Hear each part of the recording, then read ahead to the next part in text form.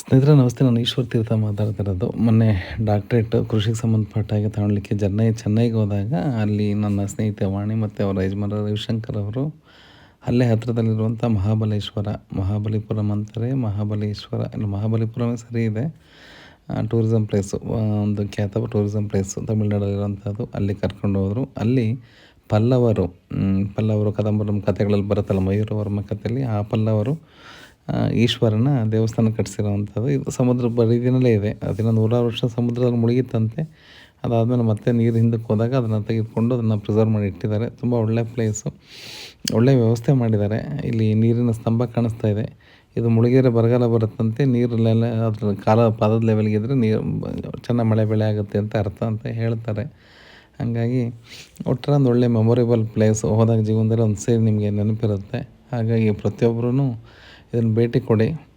ಸ್ವಲ್ಪ ವಿಚಿತ್ರ ಇದೆ. ಅಲ್ಲಿ ಮುಂಭಾಗದಲ್ಲಿ ನಮಗೆ ಏನು ಎಂಟ್ರಿ ಇದೆ ಅಲ್ಲಿ ಉಬ್ಬು ಶಿಲ್ಪ ಕಾಣುತ್ತೆ ಉಮಾಮಹೇಶ್ವರಂದು. ಹಿಂಭಾಗದಲ್ಲಿ ಈ ಭಾಗದಲ್ಲಿ ಏನಿದೆಯಲ್ಲ ಇದಕ್ಕೆ ನಿಮಗೆ 8 ಮುಖಗಳಿರೋಂಥ ಶಿವಲಿಂಗ ಕಾಣಿಸುತ್ತೆ. ಸುಮಾರು 4 ಕಡೆ ಹತ್ತಿರಂಥ ಕಪ್ಪು ಶಿಲೆಯಲ್ಲಿರೋಂಥ ಗ್ರಾನೈಟಲ್ಲಿ ಮಾಡಿರೋಂಥ ಒಂದು ಶಿವಲಿಂಗ ಕಾಣಿಸುತ್ತೆ ನಿಮಗೆ.